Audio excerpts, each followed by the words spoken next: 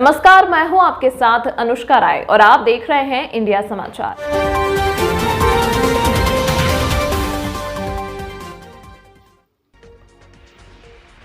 अधिनियम 1960 मृत्युभोज समाज का वह मान्य है जैसे व्यवस्था राजस्थान में लागू है, वहां के लोग मृत्युभोज नहीं करते।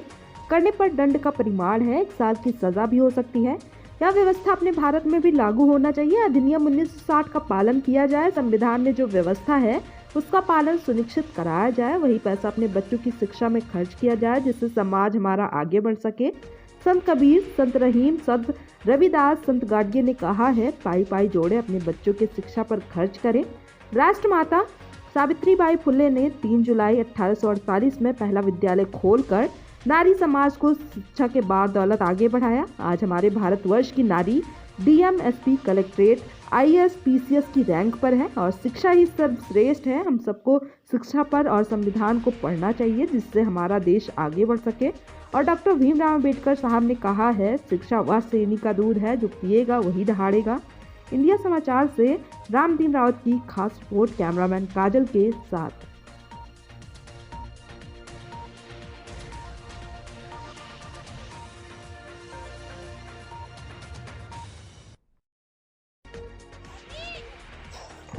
कार्यक्रम का समापन किया जाता है। श्री प्रधान जी से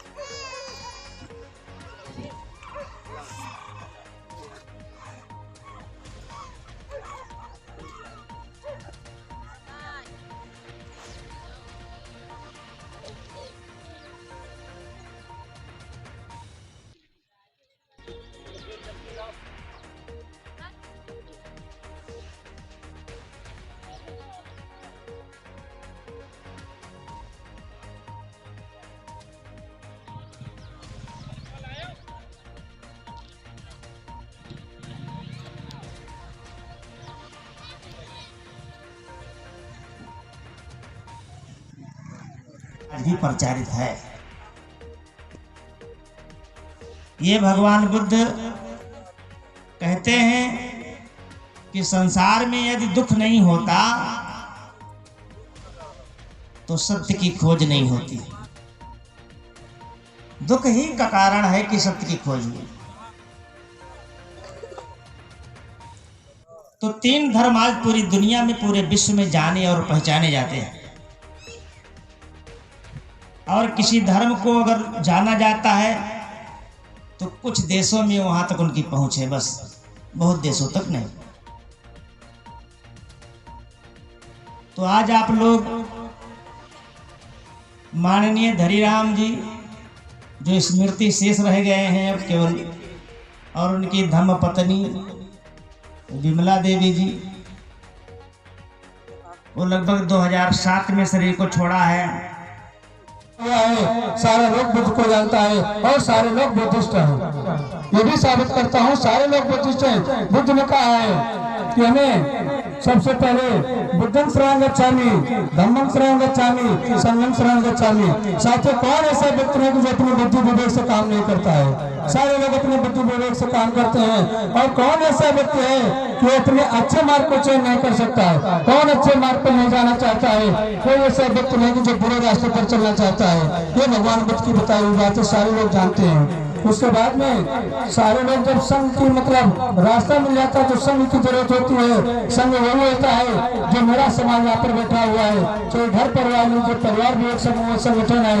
आज महिला जो कि कितना समूह संगठन चला रही है, कितने समूह का मतलब संगठन का मतलब होता है आप लोग एक सूत्र में बनकर रहते। तो जिसको बढ़ना है आगे वो बुद्ध की विचारधारा से रहेगा, जिसको पीछे जाना है वो हम पुरानी परंपरा में चले जाते हैं, क्योंकि पीछे तो हमें रहना ही रहना है। आगे अगर चलना है तो हमें बुद्ध की शरण में जाना है, बाबा साहब की शरण में जाना है। तो साथियों, जो लोग भोजन दान करना चाहते हैं कि हमारे दादा को मिलेगा।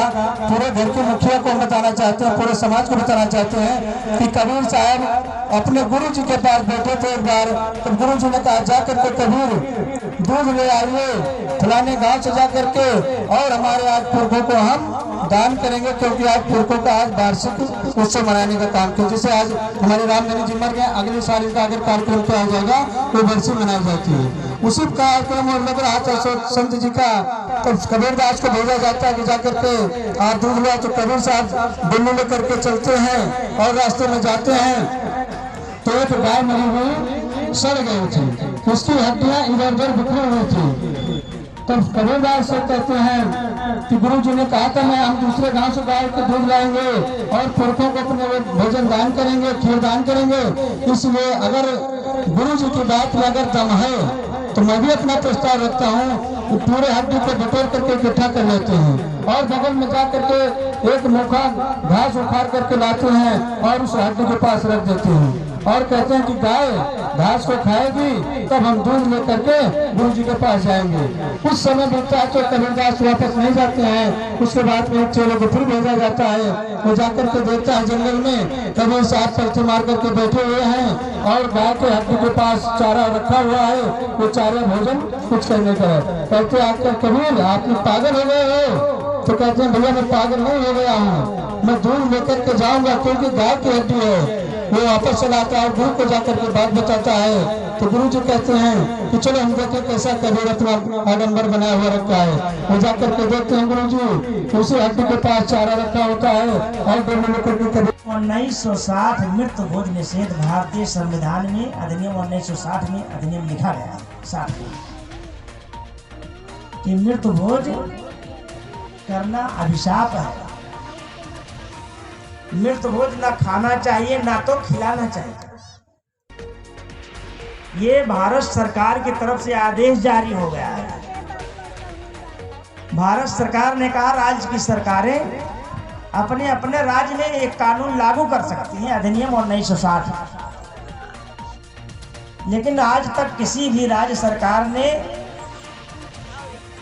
इस पर लागू नहीं किया अधिनियम 1960। अगर किसी ने लागू किया है तो राजस्थान ने लागू किया। कुछ मध्य प्रदेश और कुछ छत्तीसगढ़ के लोगों ने इसकी मान्यता दे दिया है कि हम लोग भी शुद्ध रोटी नहीं करेंगे, ना तो मुसलमान चालीसवा कर सकता है। किसी भी धर्म और मजहब का व्यक्ति मरने के बाद किसी भी प्रकार का भोज भंडारा खाना नहीं खिला सकता है राजस्थान में। अगर वो करेगा तो सीधा 1 साल की सजा, जेल जाएगा। 1 साल की जेल है, 1000 से 10,000 रुपए तक जुर्माना देना पड़ेगा।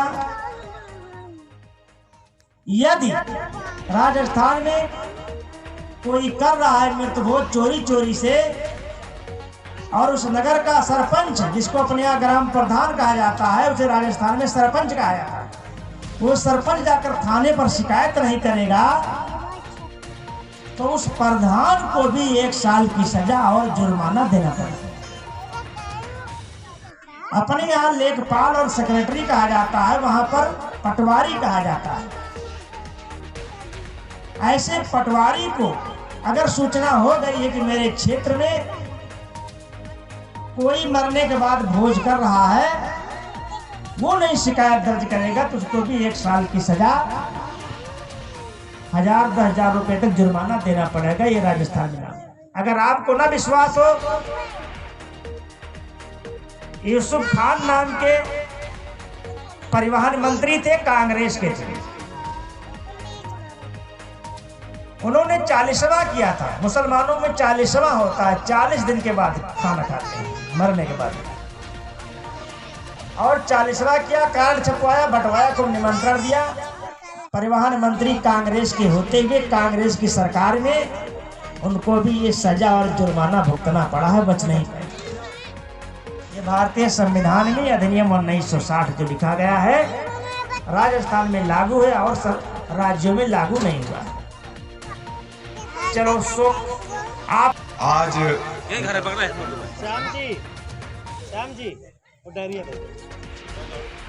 आज हमारे परम आदरणीय हरिराम रावत धनीराम रावत जी के इस शोक शांति सभा में सभी सम्मानित साथी जो आए हुए हैं, सभी लोगों को कोटि कोटि साधुवाद देते हुए और इस कार्यक्रम में लंबे समय से इस कार्यक्रम को आगे बढ़ाते हुए और ग्राम सभा तालढोली में शोक सभा के मंचासीन आदरणीय परम आदरणीय सम्मानित सादर सत्यनाम साहब जी और उन्हीं के साथ में कीर्तन मंडली, सामने बैठे हुए सभी सम्मानित साथीगण, माताओं बहनों एवं नौजवान साथियों, आप सभी साथियों को कोटि कोटि साधुवाद देते हुए इस जन जागरण सभा में बहुत कम समय है, समय ज़्यादा नहीं लेना चाहता हूँ। बस सिर्फ मैं इतना कहना चाहता हूँ, साथियों हमारे संत जी ने सारी बातें बता दी और उसी के साथ साथ में वो जो हमारी बच्ची थी वो बाबा साहेब के सारे विचार संक्षेप शब्दों में रख दिया है। ज़्यादा कुछ बोलने का ना कुछ बचा ही है और ना हम लोग ज़्यादा वक्तव्य भी दे सकते हैं क्योंकि शोक सभा में आए हुए हैं। ध्यान से धम्म का मार्ग लखाइए, ज्ञानी होना चाहो तो बुद्ध धम्म संग में आइए। जीवन सबका प्यारा है, जीवन सबका प्यारा है, अकारण ना सताइए। योगी होना चाहो तो इंद्रियन को बस में लाइए। भागना जो चाहो तो, भागना जो चाहो तो भागो बुरे कामों से।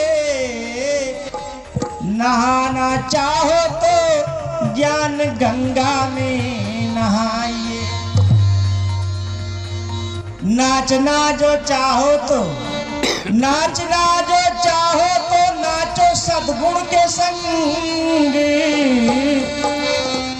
भजन गाना चाहो तो सतनाम गुण गाइए।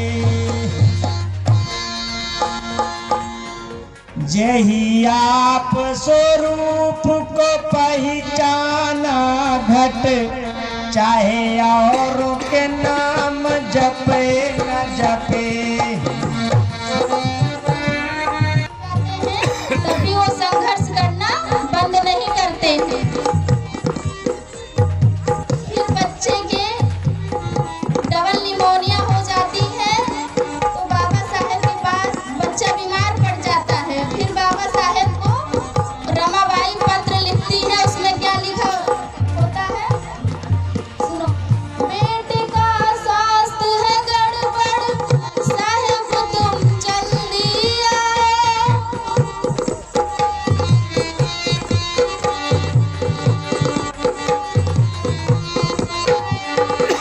बेटे का स्वास्थ्य है गड़बड़, साहेब तुम जल्दी आओ। पास पैसे नहीं मेरे, आज की इलाज कराओ। पास पैसे नहीं मेरे, आज की इलाज कराओ।